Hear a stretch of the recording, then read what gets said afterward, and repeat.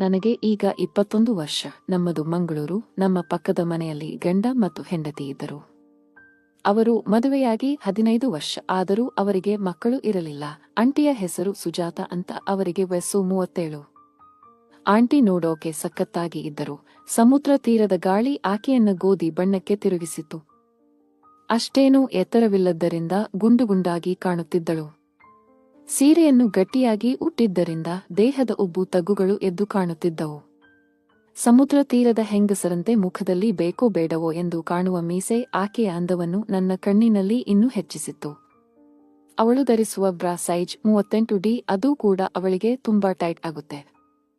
ಅವರ ಮೊಳೆಗಳು ಗುಂಡಾಗಿ ಒಳ್ಳೆಯ ಶೇಪ್ನಲ್ಲಿ ಇದೆ. ಇದನ್ನು ಯಾಕೆ ಹೇಳ್ತಿದ್ದೀನಿ ಎಂದರೆ, ಕೆಲವು ಹೆಂಗಸರ ಮೊಳೆಗಳು ದಪ್ಪವಾಗಿದ್ದರೂ ಒಳ್ಳೆಯ ಶೇಪ್ ಇರೋದಿಲ್ಲ, ಬೇರೆ ಬೇರೆ ರೀತಿ ಇರುತ್ತದೆ. ಆದರೆ ಅವಳದ್ದು ಹಾಗಲ್ಲ. ಅವಳ 34 ಸೈಜಿನ ಸೊಂಟ ಮುಟ್ಟಲು ಬೆಣ್ಣೆಯ ಹಾಗೆ. ಈ ವಯಸ್ಸಿನಲ್ಲೂ ಸೊಂಟದಲ್ಲಿ ಒಂದು ಸುಕ್ಕು ಕಾಣುವುದಿಲ್ಲ. ಇನ್ನು ಅವಳ 36 ಸೈಜಿನ ತಿಕ್ಕಗಳ ಬಗ್ಗೆ ಪದಗಳಲ್ಲಿ ಹೇಳಲಾಗದು. ಆದರೆ ಅವಳು ಮಕ್ಕಳಾಗದೆ ವನವಾಸ ಪಡುತ್ತಿದ್ದರು. ಒಂದು ದಿನ ನಾನು ಜಾಕಿಂಗ್ ಮುಗಿಸಿ ಮನೆಗೆ ಬರ್ತಾ ಇದ್ದೆ. ಆಗ ಆ ಆಂಟಿ ಮನೆ ಮುಂದೆ ರಂಗೋಲಿ ಹಾಕ್ತಾ ಇದ್ದರು. ಅವರು ನೈಟಿ ಹಾಕಿಕೊಂಡಿದ್ದರು. ಅವರು ಬಗ್ಗಿ ರಂಗೋಲಿ ಹಾಕುವಾಗ ಅವರ ಅರ್ಧ ಮೊಳೆ ಕಾಣಿಸುತ್ತಾ ಇತ್ತು. ನಾನು ನೋಡಿಕೊಂಡು ಆಂಟಿಗೆ ಹಾಯ್ ಹೇಳಿ ನಮ್ಮ ಮನೆಗೆ ಹೋದ. ನಾನು ಮನೆಗೆ ಹೋಗಿ ಸ್ನಾನ ಮಾಡುವಾಗ ಆಂಟಿಯ ಮೊಳೆ ಮತ್ತೆ ಅವರ ಕುಂಡಿ ನೋಡಿದ ನೆನಪು ಮಾಡ್ಕೋತಾ ಇದ್ದೆ. ಅದೇ ನೆಪದಲ್ಲಿ ನನ್ನ ತುಣ್ಣೆ ರಾಡ್ ತರ ಗಟ್ಟಿಯಾಯಿತು. ಹಾಗೆ ನಾನು ಜಟಕ ಹೊಡೆದುಕೊಂಡು ಸ್ನಾನ ಮುಗಿಸಿ ರೂಮಿಗೆ ಹೋಗಿ ಬಟ್ಟೆ ಹಾಕಿಕೊಂಡು ತಿಂಡಿ ತಿಂದು ಹೊರಗಡೆ ಹೋದೆ. ನಾನು ಮನೆಗೆ ಬರುವುದರೊಳಗೆ ಆಂಟಿ ನಮ್ಮ ಅಮ್ಮನ ಹತ್ತಿರ ಏನೋ ಮಾತಾಡುತ್ತಾ ಇದ್ದರು. ನಾನು ಆಂಟಿಗೆ ಒಂದು ಸ್ಮೈಲ್ ಕೊಟ್ಟು ರೂಮಿಗೆ ಹೋದೆ. ರೂಮಿನಿಂದ ಆಂಟಿ ಚೆನ್ನಾಗಿ ಕಾಣಿಸುತ್ತಾ ಇದ್ದಳು. ಅವಳನ್ನು ನೋಡುತ್ತಿದ್ದರೆ ಮತ್ತೆ ಮತ್ತೆ ನೋಡೋಣ ಅನಿಸುತ್ತಾ ಇತ್ತು. ನಾನು ಕಚ್ಚಿ ತಿನ್ನುವಂತೆ ಆಂಟಿನ ರೂಮಿನದಲ್ಲೇ ನೋಡುತ್ತಾ ಇದ್ದೆ. ಆಂಟಿ ಆಗ ನನ್ನನ್ನು ವಾರೆ ನೋಟದಲ್ಲಿ ನೋಡುತ್ತಾ ಸ್ಮೈಲ್ ಮಾಡುತ್ತಾ ಇದ್ದಳು. ಹೀಗೆ ಸ್ವಲ್ಪ ದಿನ ಆಯಿತು. ಆಂಟಿ ನನ್ನ ಹತ್ತಿರ ಚೆನ್ನಾಗಿ ಮಾತಾಡುತ್ತಾ ಇದ್ದರು. ಅವರನ್ನು ಅನುಭವಿಸುವ ದಿನ ಯಾವಾಗ ಬರುತ್ತೋ ಅಂತ ಕಾಯ್ತಾ ಇದ್ದೆ. ಅಂಕಲ್ ಡೈಲಿ ಕುಡ್ಕೊಂಡು ಬರ್ತಾ ಇದ್ದರು. ಒಂದು ದಿನ ನಾನು ಬೈಕ್ನಲ್ಲಿ ಬರ್ತಾ ಇದ್ದೆ. ಅಂಕಲ್ ಫುಲ್ ಟೈಟ್ ಆಗಿದ್ದರು. ನಡೆಯೋಕೆ ಆಗ್ತಾ ಇರಲಿಲ್ಲ. ಆಗ ನಾನು ಅವರನ್ನು ಬೈಕ್ನಲ್ಲಿ ಕರ್ಕೊಂಡು ಬಂದು ಮನೆಯೊಳಗೆ ಕರ್ಕೊಂಡು ಹೋಗಿ ಒಳಗೆ ಮಲಗಿಸಿ ಬಂದೆ. ಆಂಟಿ ಥ್ಯಾಂಕ್ಸ್ ಅಂತ ಹೇಳಿದರು. ನಾನು ಇರಲಿ ಬಿಡಿ ಆಂಟಿ ಅಂತ ಹೇಳಿ ನಮ್ಮ ಮನೆಗೆ ಹೋದೆ.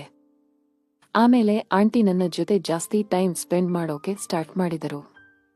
ದಿನ ದಿನ ಆಂಟಿ ಮೇಲೆ ನನಗೆ ಅಟ್ರಾಕ್ಷನ್ ಜಾಸ್ತಿ ಆಯಿತು. ಒಂದು ದಿನ ಆಂಟಿ ಮನೆ ಹೊರಗಡೆ ಬೇಜಾರಾಗಿ ನಿಂತಿದ್ದರು. ನಾನು ಯಾಕೆ ಆಂಟಿ ಏನಾಯಿತು ಬೇಜಾರಾಗಿದ್ದೀರಾ ಅಂದೆ. ಅದಕ್ಕೆ ಆಂಟಿ ಅವರು ನಿಮ್ಮ ಅಂಕಲ್ಗೆ ಆಕ್ಸಿಡೆಂಟ್ ಆಗಿದೆ ಅಂತೆ, ಸ್ವಲ್ಪ ದುಡ್ಡು ಬೇಕಿತ್ತು ಅಂದರು. ಆಗ ನಾನು ಅಷ್ಟೇನಾ ಅಂತ ಹೇಳಿ ನನ್ನ ಹತ್ತಿರ 10,000 ಇತ್ತು, ಅದನ್ನು ಕೊಟ್ಟೆ. ಆಂಟಿ ನನ್ನನ್ನು ಕೂಡ ಹಾಸ್ಪಿಟಲ್ಗೆ ಕರೆದುಕೊಂಡು ಹೋದರು. ಆಮೇಲೆ ಹಣ ಕಟ್ಟಿದ್ವಿ. ಅಂಕಲನ್ನ ನೋಡಿಕೊಂಡು ಅಲ್ಲಿ ಹೋಟೆಲ್ನಲ್ಲಿ ಊಟ ಮುಗಿಸಿ ಮನೆಗೆ ಬರ್ತಾ ಇದ್ವಿ. ಆಗ ಅವರ ಮೊಳೆ ನನ್ನ ಬೆನ್ನಿಗೆ ಟಚ್ ಆಗ್ತಿತ್ತು. ನಾನು ಬೇಕಂತಲೇ ಬ್ರೇಕ್ ಹಾಕಿ ಮಜಾ ತಗೊಂಡೆ. ನಾನು ಬೇಕಂತಲೇ ಬ್ರೇಕ್ ಹಾಕ್ತಾ ಇದ್ದೀನಿ ಎಂದು ಆಂಟಿಗೆ ಗೊತ್ತಿದ್ದರು. ಅವರು ಏನು ಹೇಳದೆ ಗಂಡನ ನೆಪದಲ್ಲಿ ಹಿಂದೆ ಕುಳಿತಿದ್ದರು. ಆಮೇಲೆ ಮನೆಗೆ ಹೋದ್ವಿ. ಆಗ ಆಂಟಿ ನಿನ್ನ ಹತ್ತಿರ ಏನೋ ಮಾತಾಡಬೇಕು, ಸಂಜೆ 7 ಗಂಟೆ ಮನೆಗೆ ಬರ್ತೀಯಾ ಅಂದರು. ನಾನು ಹೂ ಅಂತ ಹೇಳಿ ಸಂಜೆ 6:30 ಆಯಿತು. ಅವರ ಮನೆಗೆ ಹೋದೆ. ಆಂಟಿ ನನಗೆ ಕಾಯ್ತಾ ಇದ್ದರು. ಮನೆಗೆ ಹೋಗಿ ಆಂಟಿ ಅಂದೆ. ಅವರು ಒಳಗೆ ಬಾ ಅಂದರು. ನಾನು ಒಳಗೆ ಹೋಗಿ ಏನ್ ಆಂಟಿ ಅಂದೆ. ಅದಕ್ಕೆ ಅವರು ಗಿರೀಶ, ನನಗೆ ಮದುವೆಯಾಗಿ 15 ವರ್ಷ ಆಯಿತು, ಇನ್ನೂ ಮಕ್ಕಳು ಆಗಿಲ್ಲ. ಅದು ಅಲ್ಲದೆ ನಿಮ್ಮ ಅಂಕಲ್ ಯಾವಾಗ್ಲೂ ಕುಡ್ಕೊಂಡು ಬರ್ತಾರೆ ಅಂತ ಹೇಳುತ್ತಾ ಇದ್ದರು. ಆಗ ನನಗೆ ಅನಿಸ್ತು ಆಂಟಿ ಪಕ್ಕ ನನ್ನ ಕೇದು ಬಿಡು ಅಂತ ಹೇಳೋಕೆ ಬರ್ತಾ ಇದ್ದಾಳೆ ಅಂತ. ಅದಕ್ಕೆ ನಾನು ಆಂಟಿ ನಿಮಗೆ ಏನು ಹೆಲ್ಪ್ ಮಾಡಬೇಕು ಹೇಳಿ ಮಾಡ್ತೀನಿ ಅಂದೆ. ನೀನು ನನ್ನ ಗಂಡ ಆಗ್ತೀಯಾ ಅಂದರು.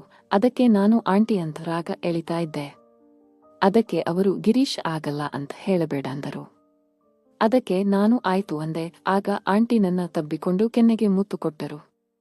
ನಾನು ಅವರ ಸೀರೆ ಜಾರಿಸಿ ಮೊಳೆ ಅಮುಕಿದೆ. ಅವರು ತನ್ನ ಜಾಕೆಟ್ ಹುಕ್ಸ್ಗಳನ್ನು ಬಿಚ್ಚಿ ಜಾಕೆಟ್ ಪಕ್ಕಕ್ಕೆ ಎಸೆದು ಬ್ರಾ ಕೂಡ ಬಿಚ್ಚಿದರು. ಅವರ ಮೊಳೆಗಳು ತುಂಬಾ ದಪ್ಪ ಇದ್ದವು. ದಬಾರ್ ಅಂತ ಹೊರಗೆ ಬಂದವು. ನಾನು ಮೊಳೆಗಳನ್ನು ಹಿಡಿದು ಬಾಯಿಗೆ ಹಾಕಿ ಚೆಪ್ಪುತ್ತಾ ಇದ್ದೆ. ಅವರು ನನ್ನ ತಲೆ ಹಿಡಿದುಕೊಂಡು ಚೀಪು, ಅಮುಕು ಹಿಸುಕು ಅಂತ ಕನವರಿಸುತ್ತಾ ಇದ್ದರು.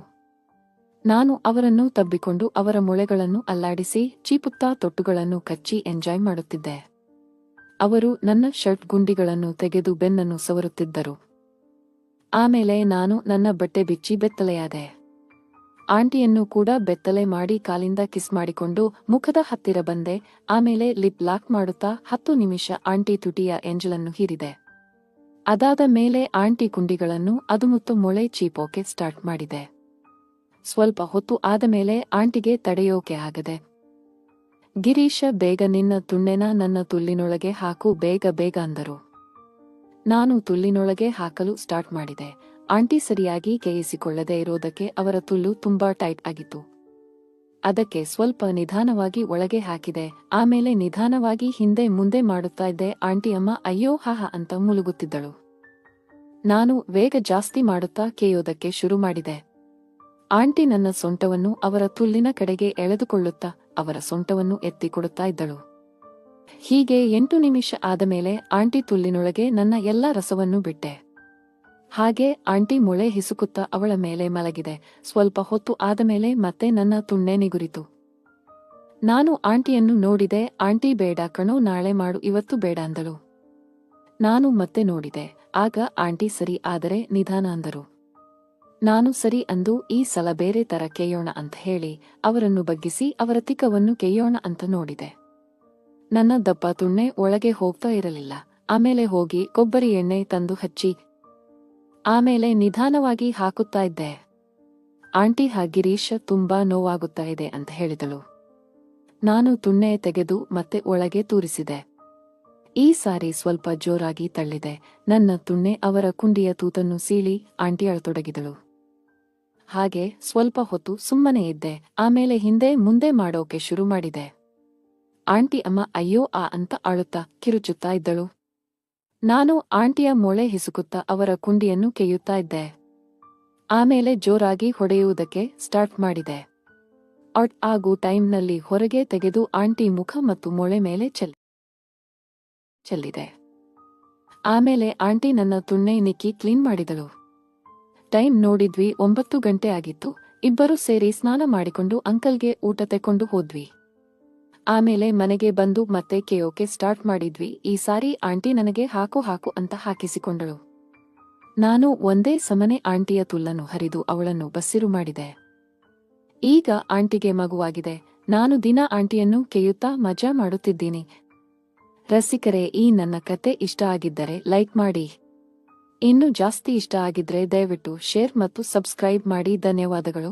ಶ್ರೀ ಕಾಳಿಕದೇವಿ ಜ್ಯೋತಿಷ್ಯ ಕೇಂದ್ರ ಕರ್ನಾಟಕದ ಪ್ರಮುಖ ಜ್ಯೋತಿಷ್ಯರು ಪಂಡಿತ್ ಶ್ರೀ ರಾಮನಾಥ್ ಭಟ್. ಸ್ತ್ರೀ ಪುರುಷ ವಶೀಕರಣ, ವಿದ್ಯೆ, ಉದ್ಯೋಗ, ಹಣಕಾಸು, ದಾಂಪತ್ಯ ಕಲಹ, ಪ್ರೀತಿ, ಪ್ರೇಮ ವಿಚಾರ, ಕೋರ್ಟ್ ಕೇಸ್, ಸಾಲದ ಬಾಧೆ, ದುಃಖದನ, ದರಿದ್ರಂತಹ ಇನ್ನೂ ಮುಂತಾದ ಗುಪ್ತ ನಿಗೂಢ ಸಮಸ್ಯೆಗಳನ್ನು ಶ್ರೀ ಕಾಳಿಮಾತೆಯ ಸರ್ವಾಭಿಷ್ಟ ಅಖಂಡ ಪೂಜಾಶಕ್ತಿಯಿಂದ ಶಾಶ್ವತ ಪರಿಹಾರ ಶತಸಿದ್ಧ.